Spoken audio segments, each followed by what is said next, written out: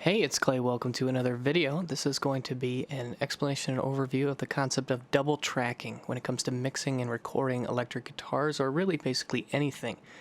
It's a commonly used technique. I would say it's one of the most foundational recording and mixing techniques when it comes to popular music, rock, blues in the last 50 years. I think it's something that is so prevalently used and definitely something you want to have in your arsenal if you're trying to do some mixing on your own. So let's kind of use this example track here to highlight what it is, what it sounds like, and what it isn't also. So first, I just want you to listen to this track a second, and then we'll kind of talk about what's happening, and we'll go from there. So we have I'm going to focus your attention on these tracks here. We've got a series of electric guitar recordings, and that's going to be our focus. So let's just take a quick listen.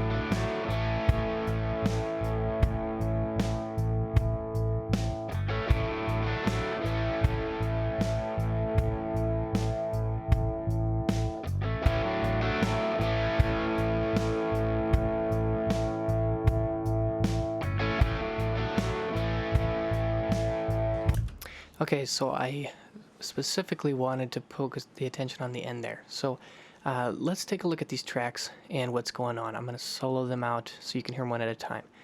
First, we have a single take mono. This is just one specific individual guitar recorded one time. And let's just listen to how that sounds.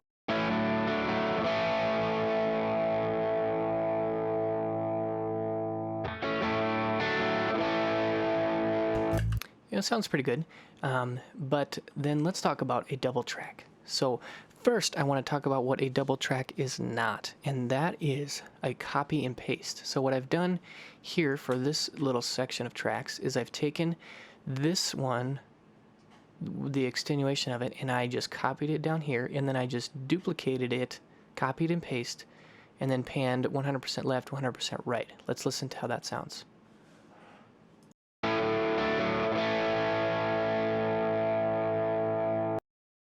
Compare it with the first one. So I don't think you have to be a super expert to hear. They basically are the exact same thing.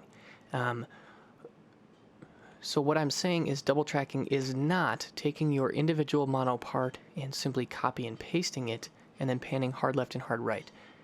What you really need to do is get two separate takes or two separate instances of the same part and then play them against one another. So that's what I've done here, is I've actually taken two distinct parts, two separate performances of the same bit of music, and panned them hard left and hard right. So we're going to take a listen to that now.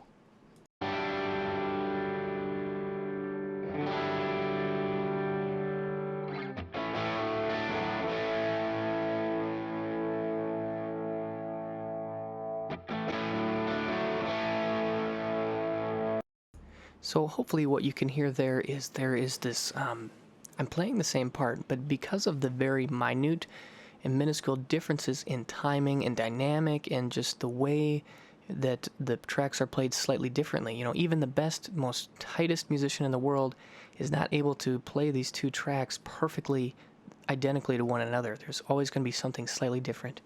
And they interact with one another.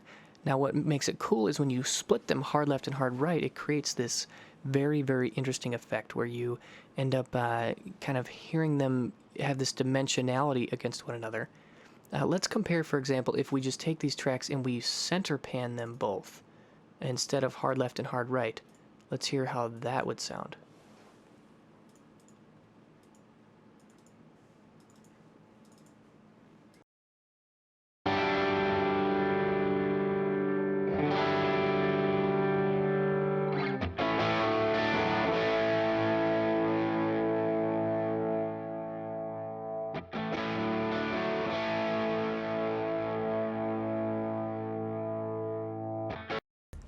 So I think what you can hear there is when I split them hard left and hard right, there is a width there that is really cool, and that's part of the effect. You've got the same track being played, but again, due to the slight differences and due to the fact that it's panned hard left and hard right, there's a lot of space there, and it just creates a very interesting and very dynamic track. So anyways, last thing I want to share with you is a little trick that I have learned. I actually stole this from a gentleman named Warren Hewitt, and who's an excellent mixing professional.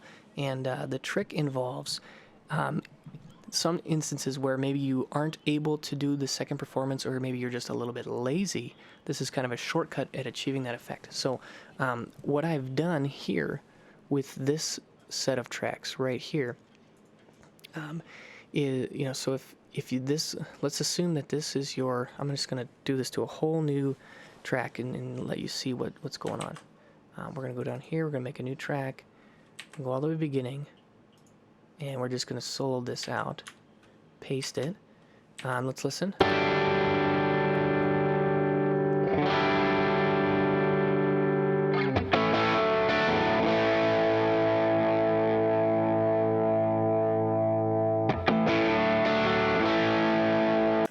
That sounds a little weird because I haven't really mixed this, and I think it's hitting the compressor hardly, but what I want you to see is that this little spot here and this are the same thing. So a way to kind of cheat and create a double track artificially would be to copy and paste it like this, and what that's going to actually do is kind of mimic as if you were able to do a double track. So let me just quickly a second put these into a new track. So now if you listen,